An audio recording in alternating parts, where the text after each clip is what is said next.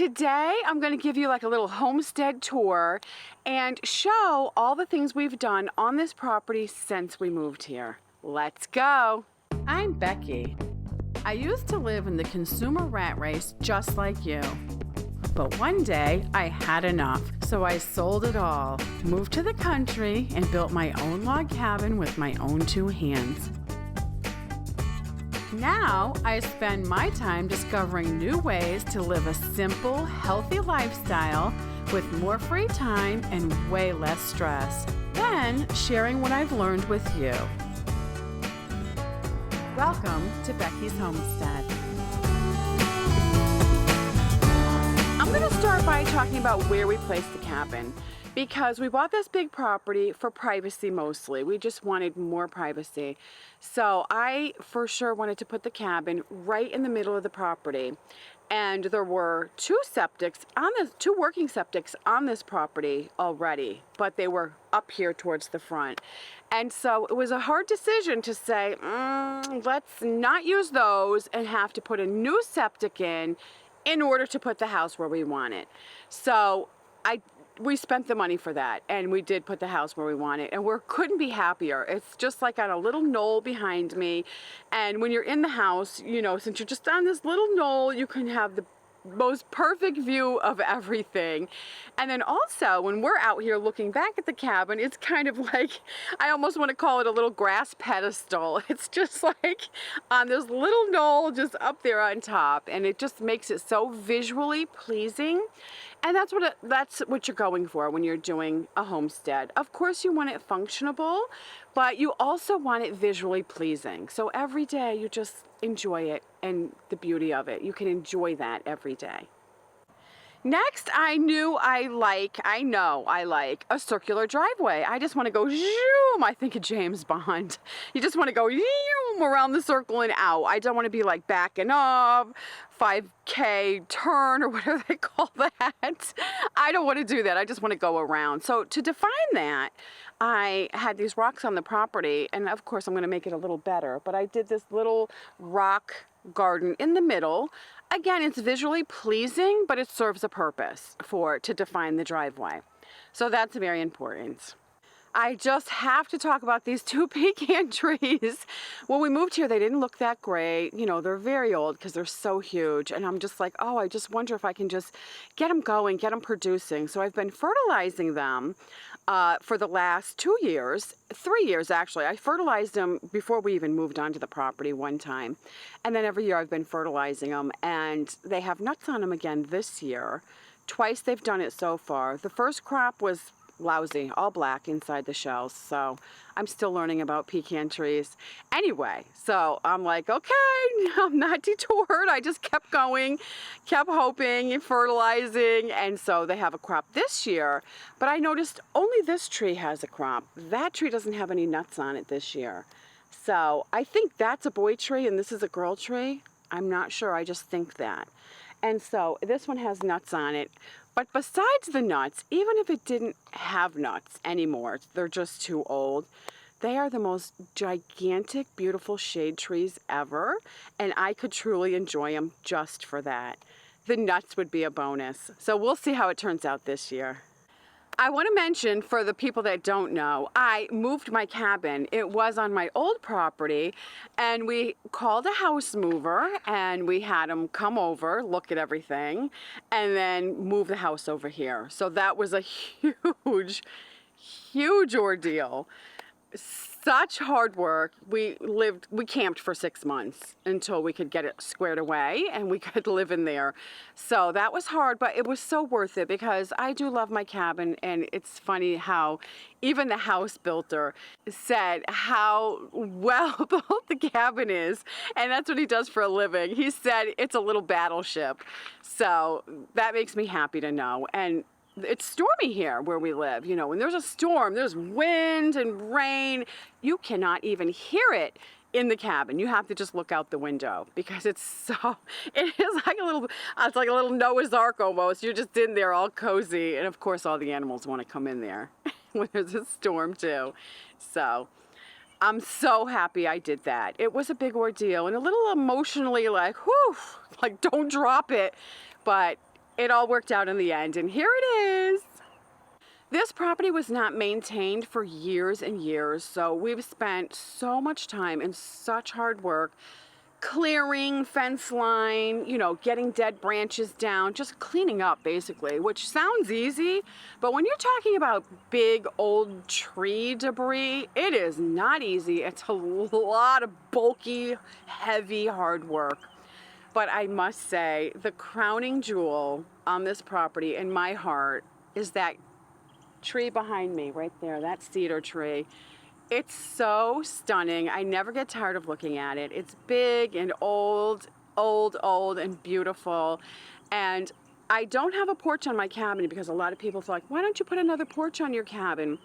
If I put a porch on my cabin with a little roof like I used to have, which was okay, it was cute, it chops off the view to seeing the tops of the trees, which I enjoy immensely. So I'm gonna go a different route this time because we're in a different situation. And I'm just going to enjoy Lantern Tree every single day. Everybody knows how much I love my chickens. I just like fresh eggs. I eat lots of eggs, love it so much. And, you know, keeping chickens is a perfect way to get healthy eggs for your family.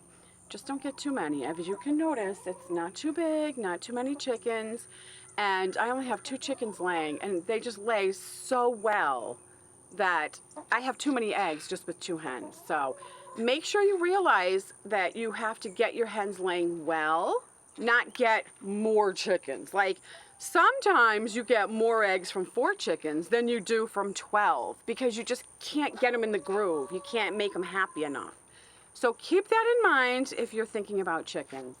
This is a little coop I built. I'm just going to build them a little tiny I'm going to build them a little battleship just like my cabin for the chickens. And so here they are. They're all coming out. Come on. Look at old sweetie. She's going to jump down. I got to make room because she needs a little flutter room. Come on, chickens. They're stuffed.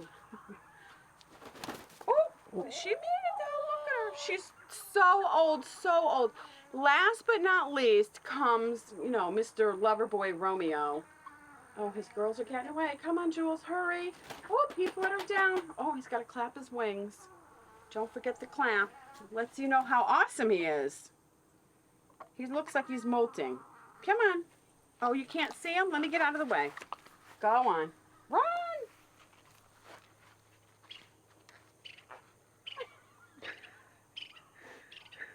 I have a wonderful friend that I ride with. She's dear to my heart. I wanted to say her name is Grace, but I call her Amazing Grace.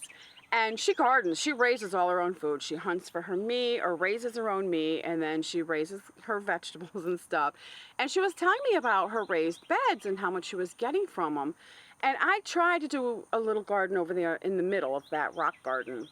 Forget it. Look at this grass. Scott can show you a shot. You cannot dig this grass up because the roots are this deep. No joke, no joke. So, and then as soon as you dig it, it's so thick around it, it just closes back in so fast.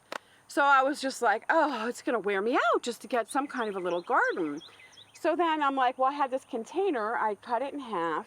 And here's good advice I got from my friend Grace, is she said, put it up so the grass doesn't grow up through the drain holes in the container. So I was like, oh, that is a great idea because grass will grow up into your containers if you just have them on the ground and it grows up through the drain hole. So to prevent that, try to put it up on something, which I thought was great advice from Grace. And so I have these 2. They're about 3 by 4 foot, and I'm just getting them going. I'm gonna do lasagna gardening where you just pile stuff up. So right now I'm doing some grass, and then when the leaves fall off the pecan trees, I'll put some of those leaves in here. And then I will get some dirt. You know, you don't need much dirt when you do it this way though. It kind of all just compost decays down. Works great. So I'm so excited about that. I placed it right across from my chicken coop because I call this Animal Alley, just coming straight down through here. So I like to have everything in a very convenient position to make your life easier. You don't want to make more work for yourself. You want to accomplish things with as least amount of work. So your design and layout is really, really important. I want to make this point right here.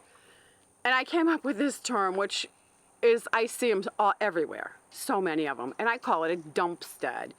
And not a dump like the city dump. A dumpstead is where somebody's all excited to homestead, they get their property, whatever, and they just like are in too much of a hurry. And they'll just start asking for animals right away, buying animals, so they just dump this over here, and then they'll, dump this over here, no thought involved, just here, there, and everywhere. And pretty soon, it's just this big, unorganized mess, which basically I call a dumpstead.